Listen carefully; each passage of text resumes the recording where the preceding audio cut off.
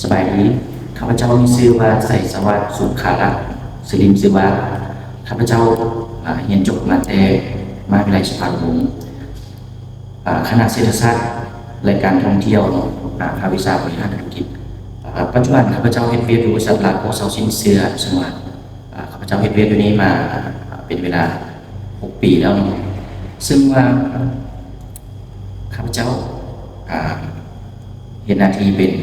การตลาดหัวหน้าทีมซึ่งว่าประจำสาขาบุกแก้วมื้อนี้ข้าพเจ้ามีผลิตภัณฑ์ดีๆและของทางบริษัทของเรามาแนะนำกับลูกค้าซึ่งว่าบริษัทของเราทำจากทะเบียนรถดอกเบี้ยเริ่มต้นเพียงแต่ 1.29% อนุมัติไว้ภายในมือเอกสารบ่ได้ยุ่งยากเลยเอกสารเพียงแต่ท่านมีสมุดตรวจและเอกสารรถก็สามารถ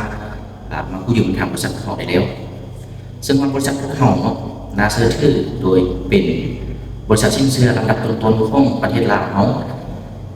การันตีจากการจดทะเบียนในตลาดหลักทรัพย์ตั้งแต่ปี 2015 เป็นต้นมาปัจจุบันก็เป็นบริษัทที่ว่า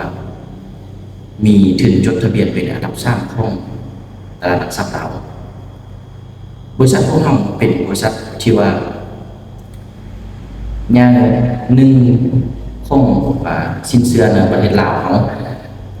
โดยมีสำนักงานตั้งอยู่บ้านโพนศรีนวลเมืองศรีสัตนนครของเวียงจันทน์แล้วปัจจุบันพวกเรามีสาขาอยู่18แห่งทั่วประเทศซึ่งว่าตัวนี้สามารถรองรับการกู้ยืมเงินทุนทานได้ทวงทันจากทุนทานแน่นอนและพิเศษถ้าว่าทานหากแนะนำลูกค้ามาพวกเขามีค่าแนะนำตอบแทนทาน 3.5% ของอัตราดอกเบี้ยทั้งหมดโทรมาเลยเบอร์ของข้าพเจ้าแม่น94222206เบอร์นี้มีคำตอบประทานแน่นอนขอบใจได้